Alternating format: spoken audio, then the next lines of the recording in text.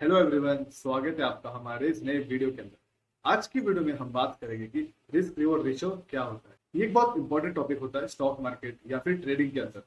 इसके ऊपर आपकी प्रॉफिटेबिलिटी बहुत ज्यादा डिपेंड करती है। तो चलो बिना कोई वक्त जाए के वीडियो को शुरू करते हैं। I'm on my own, broken alone. I feel the risk reward को समझने से पहले कुछ बेसिक टर्म्स होते हैं जिनको जानना बहुत जरूरी होता है। तो चलो उनको एक एग्जांपल से समझते हैं। तो लेट्स से कोई तो एक स्टॉक है जो कि अभी 100 पे ट्रेड कर रहा है, ठीक है। और आपके एनालिसिस के हिसाब से आपको क्या लगता है कि कुछ दिनों में ये जो स्टॉक है वो 100 से 120 पहुंच जाए। तो आप क्या करते हो, ये जो स्टॉक है आप उसको 100 पे बाय कर ले, और जैसे ही वो स्टॉक का जो प्राइस है वो 120 पहुंच जाता है, आप सेल करके इजी 20 रुपीज का प्रॉफिट अर्न कर लेते हो। लेकिन क्या आपने सोचा है अगर आपका एनालिसिस रॉन्ग हो गया तो आप क्या करोगे? इसका एक बहुत इजी सोल्यूशन, आप क्या करते हो, स्टॉक के एक पर्टिकुलर प्राइस को डिफाइन करते हो। यानी कि लेट से अगर स्टॉक का प्राइस वो पर्टिकुलर पॉइंट से नीचे चले जाए तो फिर मैं मार्केट में लॉस बुक कर दूंगा। जैसे कि ये एग्जांपल में अगर स्टॉक का प्राइस 100 से 90 गिर जाता है तो मैं मार्केट से 10 रुपीज का लॉस खुशी खुशी एक्सेप्ट कर लूंगा। यहाँ पे हमने तीन चीजें पढ़ी। पहला था एंट्री प्राइस, यानी कि ऐसा प्राइस जहां पे मैं स्टॉक को बाय करूंगा। इस एग्जांपल में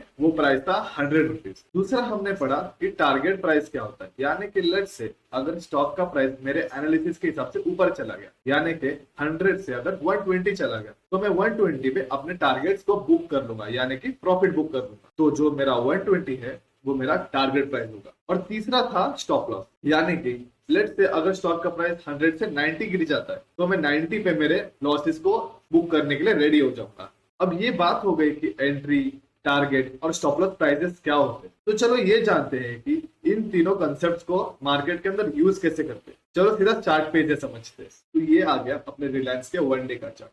मैं आपको यहाँ पे बताता हूँ कि टारगेट और स्टॉप लॉस किस तरह से सेट करते हैं। हम यहाँ पे एक ब्रेकआउट ट्रेड लेंगे। अगर आपको ब्रेकआउट ट्रेड के बारे में नहीं पता होगा तो मैं आई बटन पे लिंक दे दूंगा, आप वहां जाके सीख सकते हो। तो यहाँ पे मैं आपको क्लियरली बताता हूँ कि मैं ट्रेड क्या लूँ, ठीक है। ये आपको रेजिस्टेंस दिख रहा है, ये कैंडल ने उस रेजिस्टेंस को ब्रेक कर दिया तो मैं इस कैंडल के क्लोज पे एंट्री करूंगा, ठीक है। ये जो मेरा होगा एंट्री प्राइस होगा, ठीक है। ये मेरा एंट्री रहेगा। जो मेरा टारगेट होगा कि अगर मेरा एनालिसिस राइट हो गया, यानी कि अगर स्टॉक का प्राइस ऊपर चले जाएगा तो वो कौन सा प्राइस होगा कि जहां पे मैं अपने प्रॉफिट बुक करूं, तो वो प्राइस होगा मेरा नेक्स्ट रेजिस्टेंस, यानी कि यहाँ पे जो भी प्राइस देगा वो, यानी कि ये जो मेरा जोन है या आप रेजिस्टेंस भी बोल सकते हो, ये मेरा होगा टारगेट, यानी कि यहाँ पे मैं टारगेट को बुक्स करूंगा। और दूसरा हो गया मेरा कि अगर जो मेरा एनालिसिस है वो रॉन्ग हो गया तो मैं कौन से पॉइंट पे लॉस बुक करूंगा। अभी मेरा एंट्री है यहाँ पे, ठीक है, यानी कि ये रेजिस्टेंस के ऊपर, ठीक है, ये रेजिस्टेंस के ऊपर मेरा एंट्री है।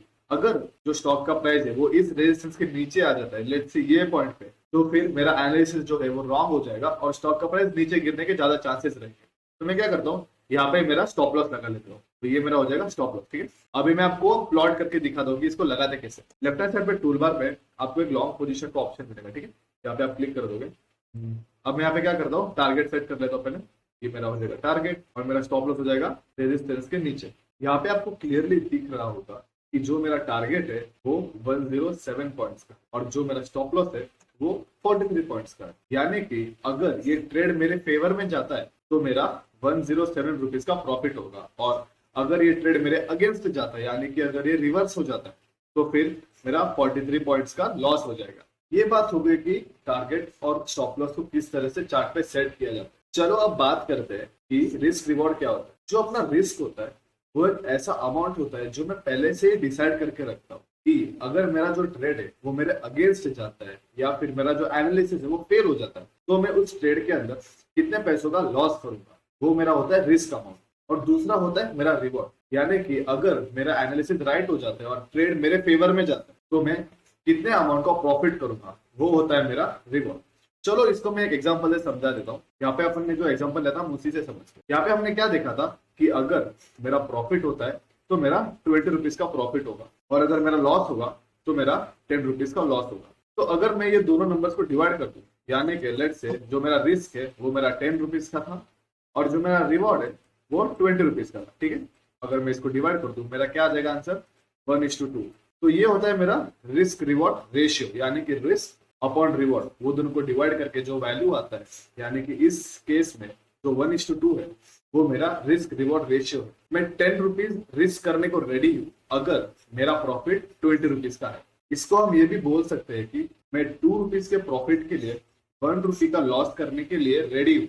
ये बात हो गई कि रिस्क रिवॉर्ड और रिस्क रिवॉर्ड रेशियो क्या होता है। तो चलो बात करते हैं कि इसको यूज कहाँ किया जाता है। आपको स्क्रीन के सामने एक चार्ट दिख रहा होगा। ये एक बहुत इंपॉर्टेंट चार्ट होता है कोई भी ट्रेडर के लिए।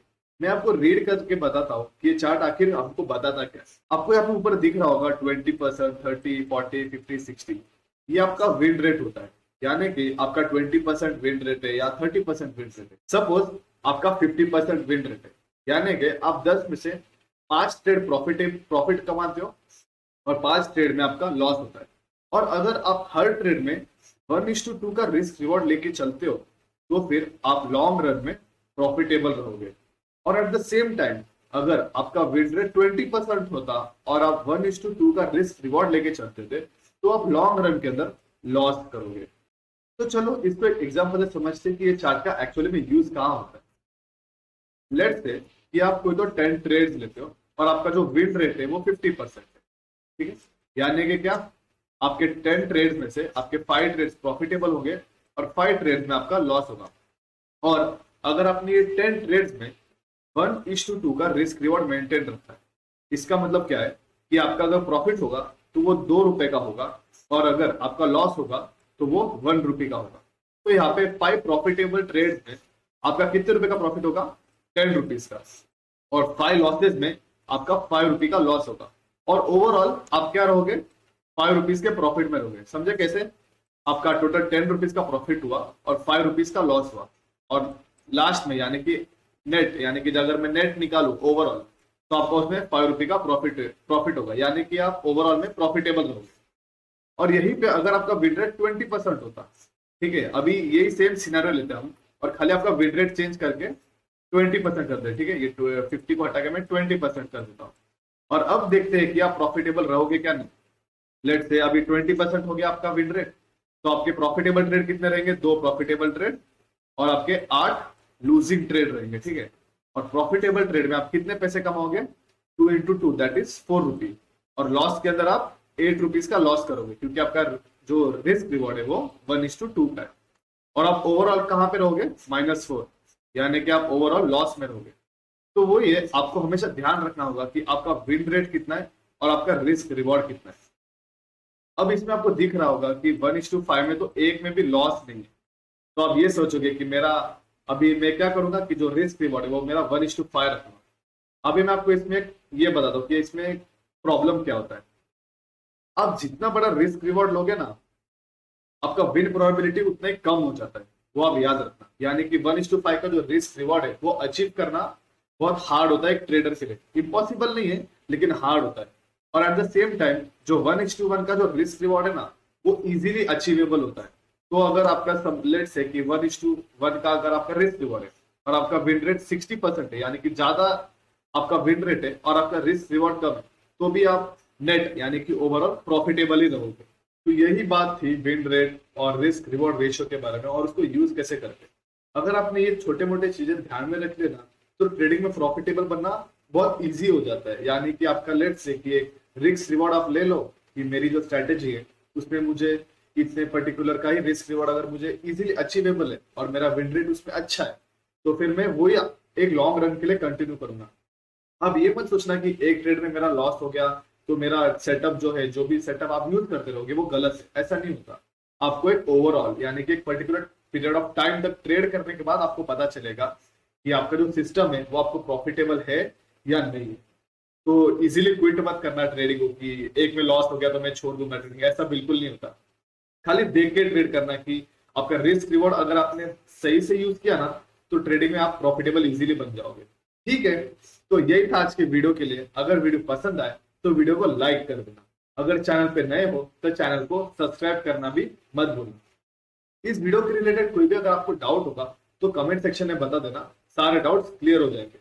और अगर आपको हमसे बात करना होगा या अगर 1-to-1 बात करके डाउट्स क्लियर करने होंगे तो मैं सोशल मीडिया के लिंक डिस्क्रिप्शन में दे दूंगा, आप वहां से भी हमें कांटेक्ट कर सकते हो। ठीक है, तो यही था बस आज की वीडियो के लिए। मिलते हैं नेक्स्ट वीडियो में। राधे राधे।